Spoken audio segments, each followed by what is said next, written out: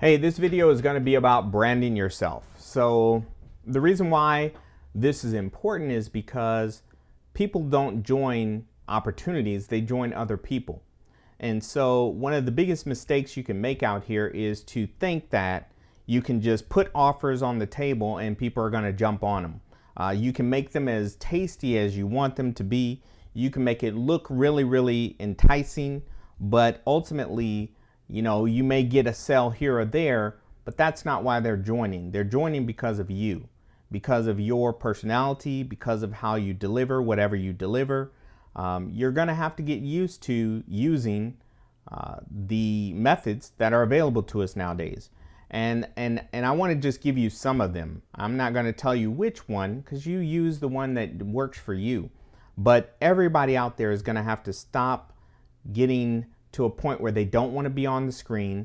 They don't want their picture on the internet. They don't want this. They don't want that. You got too many don'ts. You understand? And that's going to hinder you. That's going to slow down your progress because there's plenty of people out there who don't care. I'm not the prettiest guy in the world. My teeth are crooked. They might not be as white as I want them to be. I might have an eye that's weird. Stuff like that. Those things are things that stop people because it's an internal thing that you're already fighting with, and if you see it, that the other person's going to see it. But what I want to caution you with is that's the realness of the internet. Everybody is not perfect, and we all know that. So for you as an individual to start running your business, it's worth it for you to come up with your own voice, your own cadence in how you talk, and to use that to your advantage. Listen, I'm not the greatest speaker in the world, but over time, I've come to understand that there's certain things that I used to do. I used to always go all the time. So I'd say well, this and I kept doing and one day I listened to a podcast. I used to do podcasts, and I listened to one, and I believe I had 121 ums in it. And I don't know how long it was, but it was probably maybe about about 60 minutes maybe. I used to do these long podcasts. I don't know why.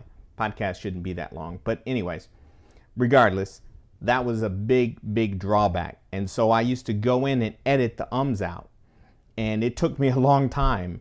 And I felt like that was such a long, drawn out piece. But if I had listened to that a long time ago, I could have understood that instead of trying to use that as a filler word, I start to think about the next process and stop saying that word. So even though I'm looking for and searching for the words that I'm going to say right now, I am not saying that particular word because I know that it is going to cause me to just literally keep saying it over and over and over. So I learned that through my own process. And that's part of this branding yourself.